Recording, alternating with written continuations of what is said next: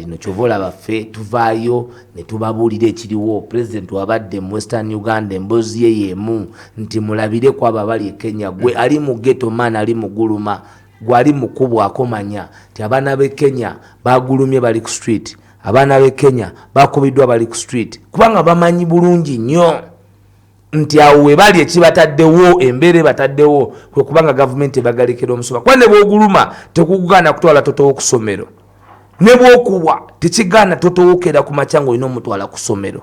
Kati kifo ky'okubanga totowo abeera mu kutawanyizibwa. Mulabe banaye batoto baffe we batawaana ng'omulwaziza onoonya gy'ayinza ogenda afuna obujjanjabi, wallahi nga buli dakiika baagala obeere ng'olina byogenda mu nsawo. Kakati ebyo bye twajja ne tujjawo oluzungu luli, ne tujjawo essuuti ziri, ne tugamba nti ffenna bannayuganda kubanga eyasoma anyigirizibwa.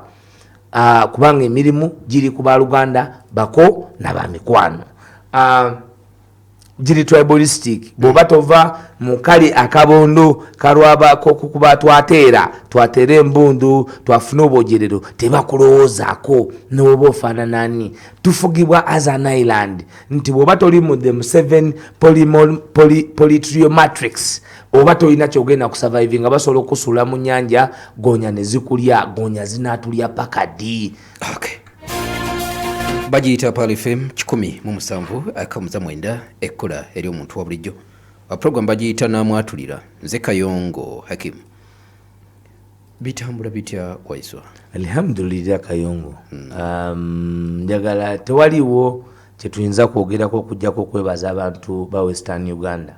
Kubanga Western Uganda bwe mwaniriza bwetyo bwe walawo obugamba walala. Mbadde leero ndabasanyuka TV kungu ngali ne Ali Boxer naye nga nabo beewuunya kye balabye ebundi bujjo. Kugambye amagye gagambye bakoze balipoti nze ne bagamba oda ya jeshi ne bamugamba nti serikali wa jeshi hii mtu amekuja hapa sio mtu wa everyday, nti abantu besombodde bule nebweya bagala kumulabako nakuulira bubaka. So twagala okwebaza abantu ba Western Uganda nti mwayongedde okakasa ensi nti emboozi gye tunyumyako ekwatagana n'omuntu ali e bugwanjuba mu maserengeta ga Uganda, ekwatagana n'ali mu mambuka, ekwatagana n'ali mu bugwanjuba ne mu buvwanjuba. Kakati ekyo buli bwe mutuvayo bannayuganda ne tulaga ntukyali omuntu omu ku nsonga yemu ey'okulaba. Kubanga abanyankole bayogedde nti oli abba ate n'otafire n'akyogera nti oli abba nti Kateshumbwa abbye. Manyiyo Kateshumbwa yali mu Uganda Revenue Authority ne batwala essente zonna. Nina abaana baleeta Manko Zebu bamuleeta eyo mu ngeri yaabwe. Manko Zebu? Manko Zebu ddagala lifuuyira lya birime mu yali 2016 ndowooza. Naye abaana ne bababbako ba Paulo ne bababbako Manko Zebu waabwe.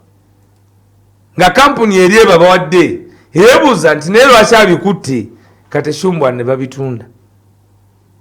Ninawe njagala ontwale mukulu Alex Waiso. Kakati beba MP beeri kyovolaba bali bagambye nti tuyambe tusonyiwe. Naye bwe yamala okubba kubanga buli abba agenda mu NRM yabba n'agenda n'agula empale ez'abakazi eza yero knickers n'azigabira ekyalo kyewaabwe kwekuwangula akalulu. Can you imagine?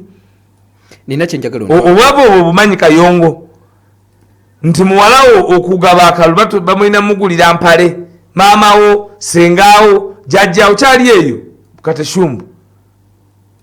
Kati ebyo ebyokukulembera abantu obumbula okubateeka mu bwavu okubawambako ettaka lyabwe mumuwulira nti balina ente abalina ente kati bafuuka balubatu nabo bagamba ekimala kikola ki. So ekyo kirengedde okulaga nti omwagala w'abangi fe abamusuuta tetukolangako nsobi, tulina kulemezaako tumukwatizeeko kubanga eddoboozi Mukama asaasidde. Era nze neewuunya Abaganda tewabangayo Muganda kyali tekisuubirwa kuba ne bwe twali tukula bakyogeranga. Tokimanyi nti bakyogeranga nti Omuganda tasobola kufuga kubanga basoga beebuuza nti Muganda kigwe balikkiriza. Abanyankole nga beebuuza Muganda kigwe balikkiriza. Mumambuka nga baga nti Muganda kigwe balikkiriza. Naye olwaleero Mukama Katonda alaba bwakola ebyewuunyo yaleeta mulasita naye nga Muganda Mukatuliki. Nze ndi Mukristaayo obadde okimanyi ndi musoga guli musiraamu Susan wuno bamuki muki Susan wembale mukristaayo seka kakati tuli wamu fenna tuli ku generational leader. Nina kyenjagala okubuuza Waiswa. So twagala okwebaza the greatest unifier, the greatest Muganda unifier Kyagulanyi Robert Sentamu, n'okwebaza Mukama n'okwebaza Obuganda nti omwana owammwe Omuganda Nakabala Mukama atutadde kubanga ate kyandizibuwalidde nnyo nti wava busogoze kununula gwanga nti wava simanyiwa. Somebody who needed to show up needed to be in the clear character of Kyagulanyi Robert Sentamu. Mawulire nabadde ngenda maaso n'okuba nti nga goberera wano nga bandaga nti olugendo olumu abaddeko olunaku olw'eggulu mwafunyemu emiziziko n'olwaleero kiki kye mutaakola? Tewali, naye abantu babasukkako okuswala. Kati ekizibu abantu kye balina balowooza nti okuswala kukoma eri bantu naye ne gavumenti ziswala. Gweomanyi ng'olina kyemalira, omanyi General Museveni bwe yali mu lukiiko olumu yabagamba akooye okubanga asasulira okumalawo omuntu omu ataggwawo n'ababuuza wa kilo mmeka oyo sente zonna muzitwala mukeera ku makya olina atwala Mpuuga nanona Anita nanona palamenti nenona ab'amateeka ne banona buli anonera mu linnya lya mwana ogu eyakaweza emyaka 4 ng'abagamba nti kiki ekyo kye tugulirira kyova olaba is tired yakaba nti n'omwana jangu kubanga n'abamulimba Masaka bamulimba naawe omwana jangu damumaje weererezaawo sikyalina kira kyenyinza kukolera eri tetukyaliyo mu bantu naye tunakola tutya ujja twende fanya kyafa fatanyawo. Kati nina kyenjagala onzigire Waiswa. Bino bulldozer bino ebimotoka binene ebyakiikiddwa mu kkubo abakulu ababadde babikomandinga babagambye eki wenjagala bo babaga baliko above 7 abayalagidde.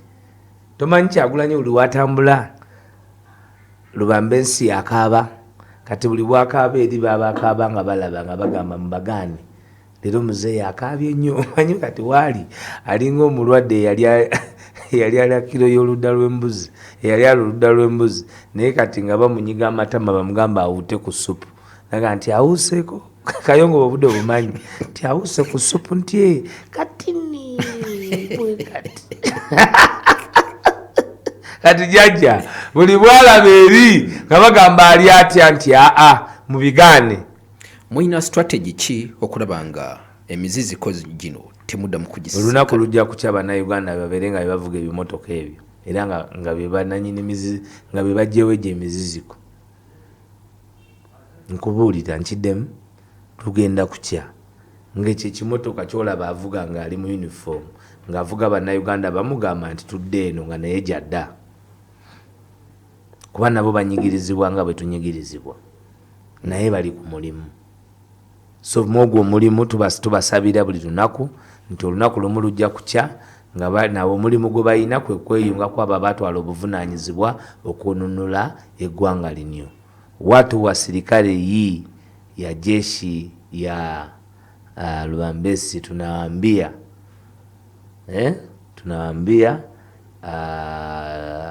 sisi tusipigane na wewe Alex, unajua Kiswahili? Kidogo. kidogo.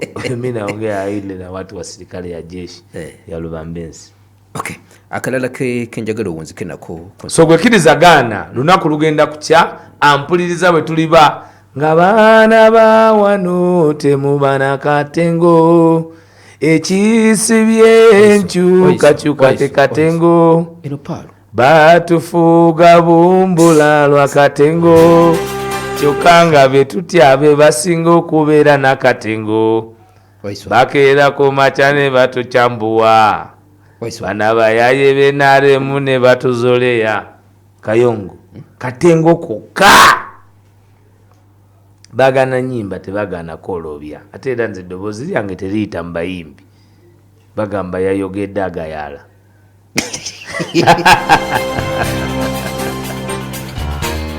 Bajita Pal FM 10:7 mwenda.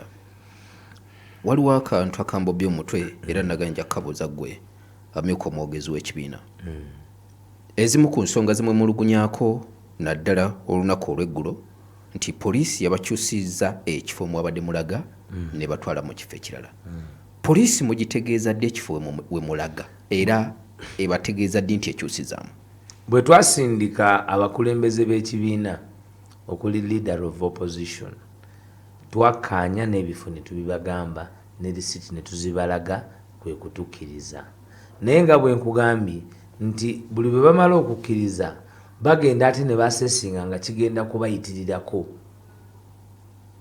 kubanga eyo ground gye twogerako buli munnabyabufuzi wateeka raali entertainment bwe zibeera abayimbi wabeera wagazi bulungi wa kisaawe kyesudde ebbali kirina toilet kirina buli kimu n'ebyemizannyo gye bibeera naye olw'okubanga biba bigenda kulaga amaanyi g'abantu bwe balabako amatono nga batandika order from above so okutya kwa gavumenti okwanakyemalira okutya amaanyi g'abantu kubanga balowooza nti Kyagulanyi aweddemu simanyi lwaki balowooza nti bino bya Kyagulanyi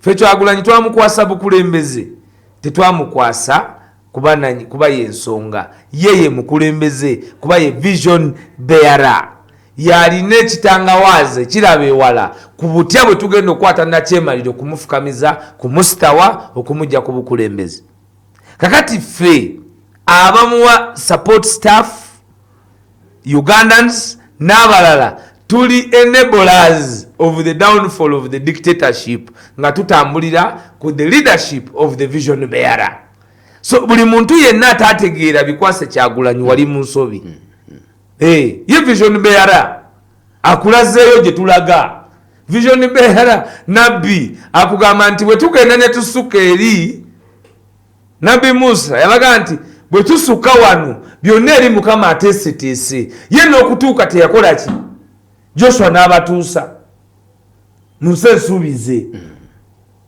ontegeera bulungi kakati tewabawa kulimba gwe awuliriza Paal FM nti olutalo luno kuba buli bwolaba bannayuganda kuba bali balowooza nti Kyagulanyi kabamuwayiriza obusiyaga kabamusibeko buli kye balina okumusibako kabamusaba accountability wadde tali mu gavumenti bamumye gavumenti teriyo kibiina kya byabufuzi kye babuza accountability nga bakibuza accountability awatali ssente okujjako Kyagulanyi gwe bakibuuza lwaki tebazibuuza DP lwaki ampuliriza tebabuuza FDC ebaddewo emyaka 2 nga sente zifuna lwaki tebabuuza Democratic Party ebaddewo emyaka 2 nga sente zifuna kuba okuva bazide tebazifuna naye nakateri ababuuza mwasasanyiza mutya kubanga essuubi bannayuganda liri mu National Unity Platform liri mu omwebembezi waitu Kyagulanyi Robert Musinguzi Sentamu kakati obwo obuvunaanyizibwa poliisi buli bweraba nti bannayuganda ebadde kuba sitole ebaawo nti eri tebamwagala bamwagala eno kati ate eri abantu ne bamukuŋŋaanirako kubanga nagamba bannayuganda nti His Excellency Robert Kyagulanyi Sentamu tafaanana ng'abakulembeze abalala he has had tabangako na endorsement y'abantu kuvaayo mu lwatu nti tutambule ne Kyagulanyi Robert Sentamu njagala gwe nkubuulire Dr. Kizza Besigye yawagirwa eyaliko mu lwatu mulwanyamuli semwogerere n'abanga ye Petron wa Suubi ng'abaali bali mu Suubi baali babadde baminisita b'Emmengo nga directly bakulosinze okuva Emmengo bayingidde actively mu politics era waliwo platform ekulemberwa eyali Kamalabyonna waabwe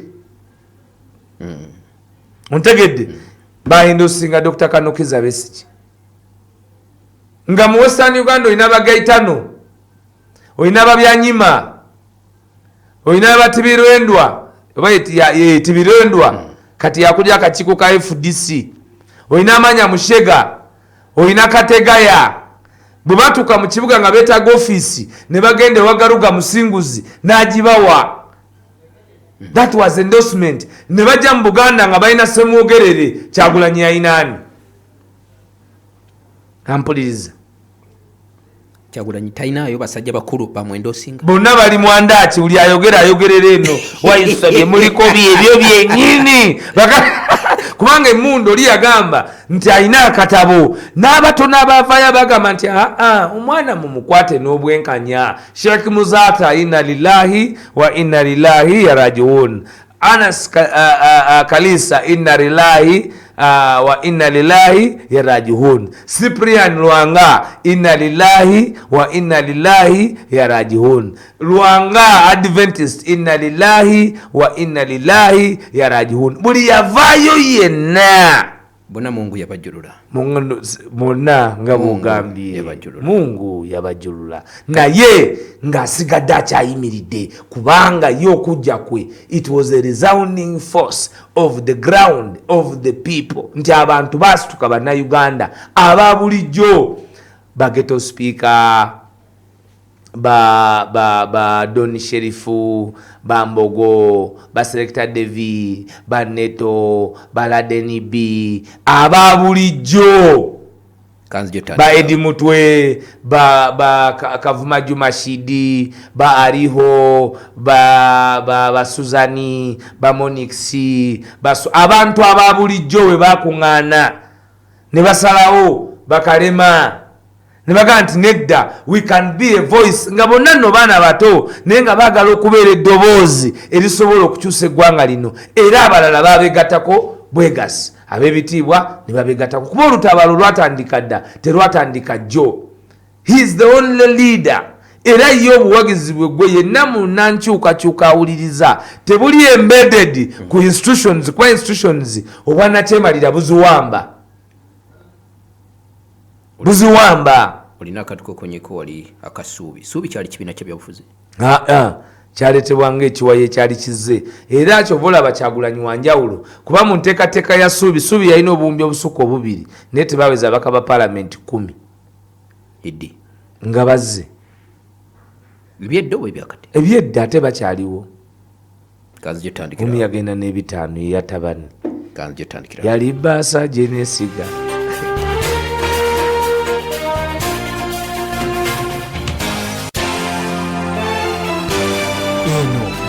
Musaawe ngekutuusibwako Fresh Mind International abakakasibwa Ministry ya Gender, Labour and Social Development okufunira bannayuganda emirimu emitalo w'amayanja mu mawanga nga Dubai, Abu Dhabi ne Qatar. قالت لهم رسلهم إن نحن إلا بشر مثلكم ولكن الله يمن على من يشاء من عباده وما كان لنا أن نأتيكم بسلطان إلا بإذن الله وعلى الله فليتوكل المؤمنون. Eyo yebadde aya y'essaawa eno ng'ekutuusibwako Fresh Mind International abakakasibwa Ministry ya Gender, Labour and Social Development okufunira bannayuganda emirimu emitalo w'amayanja bakubireko ku 0704 23 16 65. Pananga Richard, chapati ngampo mu bulala nyongerayo katono. Sorry sweet, banange chapati ziweddewo ate olunaku olwaleero chapati na kawunga bibisinze okutambula. Yee, kituufu ddala kubandiddeko ne kawunga nga mbutuufu kawoma bulala. Naye Richard,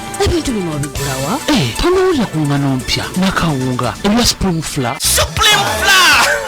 Ngane kwata mangu mpomu nkugambye abagiriddeko bo bagitenda butenzi ejjira mu bipimo bibiri omuli ekyengano ogogosa n'ekyakawunga kakasooli erimu ne vitamins mwenda bweddu okugosa n'ebirungo ebirala ekwanguyiza ekwata mangu n'osobola okukekkereza buto. Supreme Flour esangibwa mu supermarket zonna ezisinga obungi mu ggwanga ne maduuka gonna. Supreme Flour ekolebwa bano abamandera Millers abasangibwa e Busega ku Masaka Road. Supreme Flour, a product of Mandela Group. Adhan kuchukumumusimukatumizi mwenda Pal FM ekuleteddwa BMK Group of Companies nga baliwo mune aba Elimat Industries Limited abakuletedde emifaliso gya Nice Form emigumu era nga miwangaazi mu buli kika. قال رسول الله صلى الله عليه وسلم yagamba omubaka wa Allah okusaasira kwa Allah kubeere ku ye n'emirembe. idha sami'tum almu'adhin bwe muba muwulidde omwazinyi faqulu mithla ma yaqulu almu'adhin muddeemu ng'omwazinyi bw'agamba.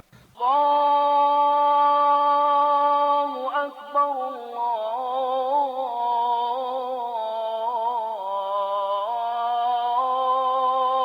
Allahu akbar, Allahu akbar,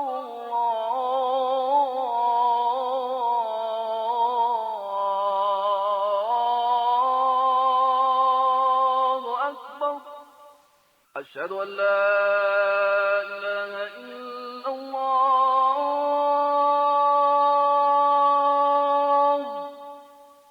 أشهد أن لا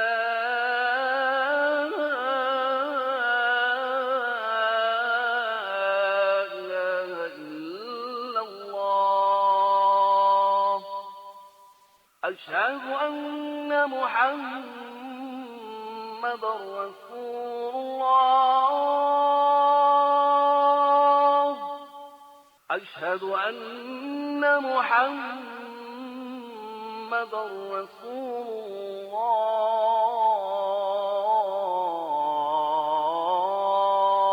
الله. حي على الصلاة.